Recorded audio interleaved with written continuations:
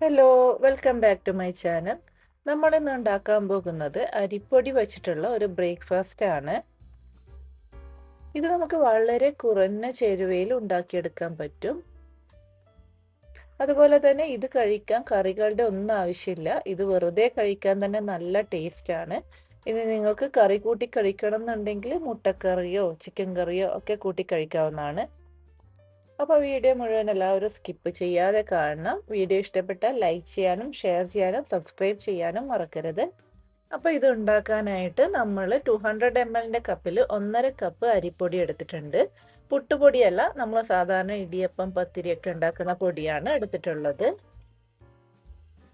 ഇനി ഇതിലേക്ക് ആവശ്യത്തിനുള്ള ഉപ്പ് ചേർത്ത് കൊടുത്തതിന് ശേഷം ഒന്ന് മിക്സ് ചെയ്തെടുക്കുന്നുണ്ട്.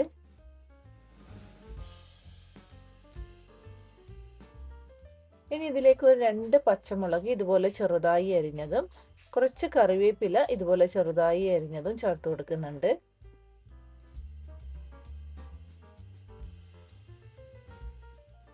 അടുത്തതായി നമ്മൾ ചേർത്ത് കൊടുക്കാൻ പോകുന്നത് ഏകദേശം ഒരു 2 ടേബിൾ സ്പൂൺ മല്ലിയില അരിഞ്ഞതാണ്. കൂടെ തന്നെ ഒരു 1/4 ടീസ്പൂണിലും കുറവായിട്ട് ജീരകവും ചേർത്ത് കൊടുക്കുന്നുണ്ട്. ഞാനിവിടെ സാധാരണ ചെറിയ ജീരകമാണ് ചേർത്ത് കൊടുത്തിട്ടുള്ളത്. നിങ്ങൾക്ക് ഇനി പെരിഞ്ജീരകമാണ് വേണ്ടതെങ്കിൽ അത് ചേർത്ത് കൊടുക്കാവുന്നതാണ്.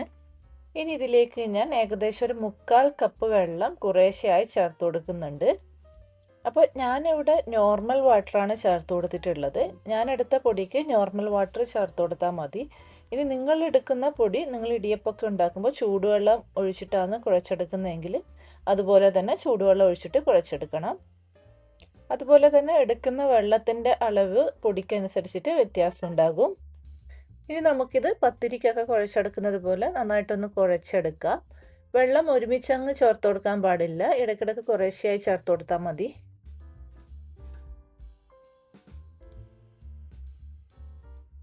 അപ്പോൾ ഇത് നമ്മൾ കുഴച്ചെടുത്തിട്ടുണ്ട്. ഇതിപ്പോൾ കയ്യിലൊന്നും ഒട്ടിപ്പിടിക്കുന്നൊന്നുമില്ല.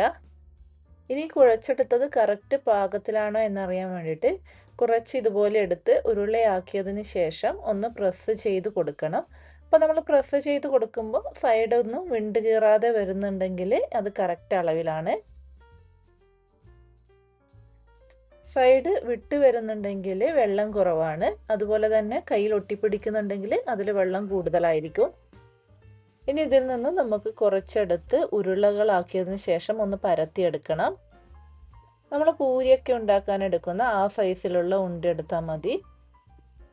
ഇനി ഇതുപോലെ നന്നായി ഉരുളകളാക്കി അരിപ്പൊടിയിൽ മുക്കിയെടുത്തതിന് ശേഷം ഒന്ന് പരത്തിയെടുക്കുക. അപ്പോൾ ഇത് പരത്തുമ്പോൾ ഒട്ടിപ്പിടിക്കാതിരിക്കാനാണ് ഇതുപോലെ അരിപ്പൊടിയിൽ തന്നെ ഒന്ന് മുക്കിയെടുക്കുന്നത്. എന്നിട്ട് നമുക്ക് പൂരിയൊക്കെ ഉണ്ടാക്കുന്ന ആ ഒരു വലുപ്പത്തിൽ തന്നെ പരത്തിയെടുക്കാം.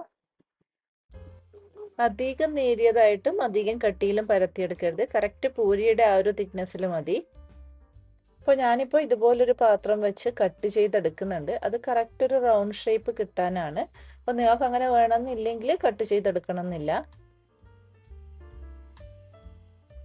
ഇതുപോലെ നമുക്ക് ബാക്കിയുള്ള മാവും ഉരുളകളാക്കിയതിന് ശേഷം പരത്തിയെടുക്കാം.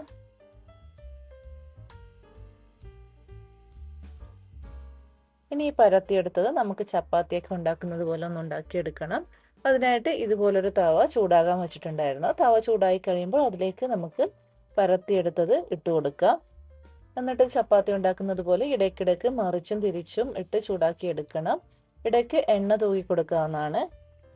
അപ്പോൾ കുറച്ചുകൂടി ഒന്ന് സോഫ്റ്റായി കിട്ടും. മീഡിയം ഫ്ലെയിമിൽ ഇട്ടിട്ട് വേണം ഇങ്ങനെ ചെയ്തെടുക്കാൻ.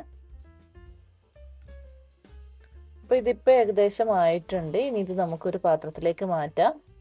അപ്പോൾ ഇതുപോലെ നമുക്ക് ബാക്കിയുള്ളതൊന്നും ഉണ്ടാക്കിയെടുക്കാം.